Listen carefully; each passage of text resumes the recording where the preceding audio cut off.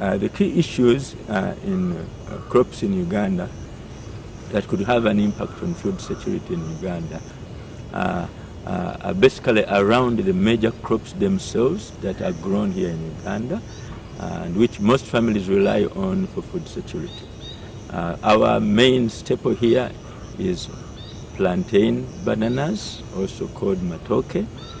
The other major food security crop would be maize or corn, cassava, which is a root tuber, and also sweet potatoes, millet, and also rice. So the key issues around these main crops really relate to low productivity.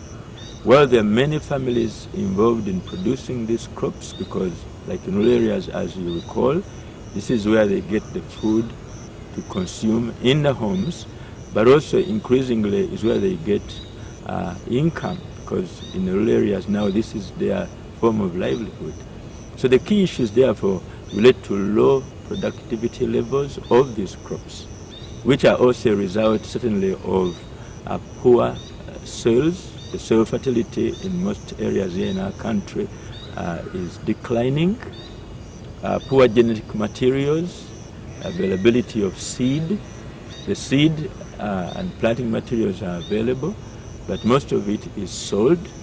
And to farmers, the unit cost of seed looks high when they compare with what the cost at which they will be selling after production. So they find it hard to access, especially those families who are still basically growing food for home consumption. In the recent past, we have had experiences of weather variability, which these crops have not been able to adjust to. And as a result, we find that we are witnessing low yields, or almost failure of yields, because of the rain-fed nature of production in Uganda. So the crops are not resilient to climate variability or change. Related to that also is the increasing incidences of pests and diseases. Notably for cereals, we have striga, which is reported in some parts of the country to be responsible for 100% crop failure. And even other crops like bananas, we have banana bacterial wilt, cassava, we have cassava mosaic, and the brown streak disease.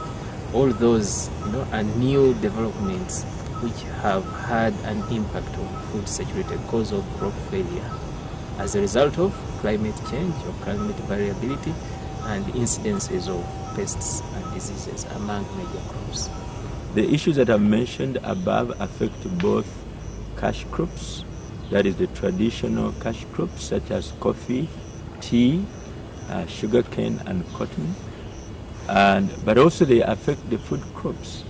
But the difference is the farmer who is engaged in cash crop production will invest more in terms of, for example, purchasing good planting material or seed, purchasing inputs such as fertilizer and chemicals.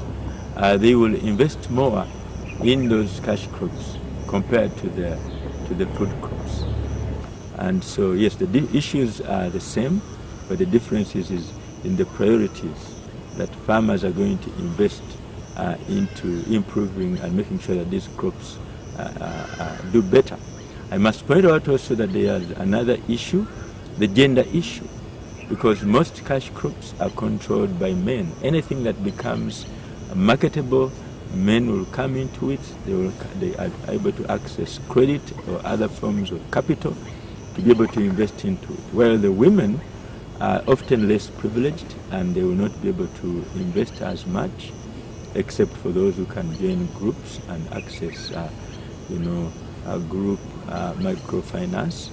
Otherwise, the women who are mainly involved in food production, their crops will not receive as much investment, that is, they will not receive fertilizer, they will not have protection against diseases, and so they will do poorly, and that affects food security in the home. So those are the issues between cash crops and food crops, the investments and what people put in to make sure that they do well.